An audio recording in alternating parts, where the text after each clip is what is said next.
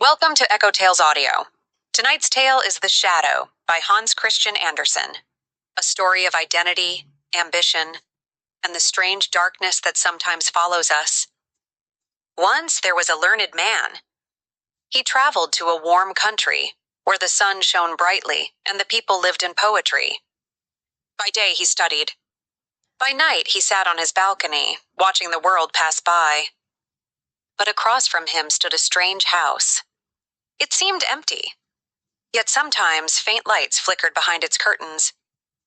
The man grew curious.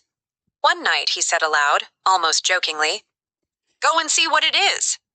He was speaking to his shadow, which stretched across the balcony onto the opposite wall. To his surprise, the shadow moved. It trembled and slipped away, and when the man looked down, his shadow was gone.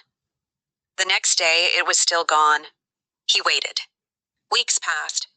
He grew used to living without it. Eventually, he returned home and grew a new shadow, quiet and dull. But one day, many years later, a stranger appeared at his door.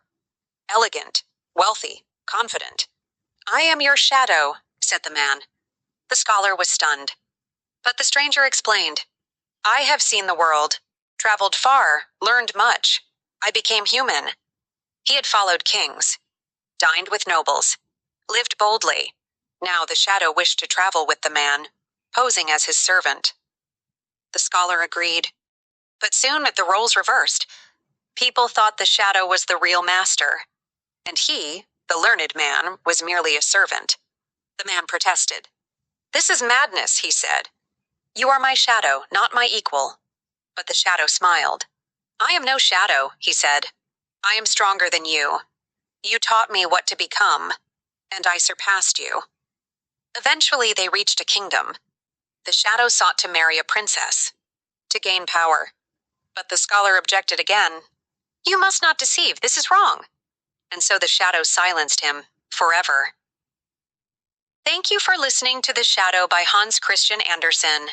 For more timeless mysteries and forgotten tales, subscribe to EchoTales Audio. Until next time, stay curious.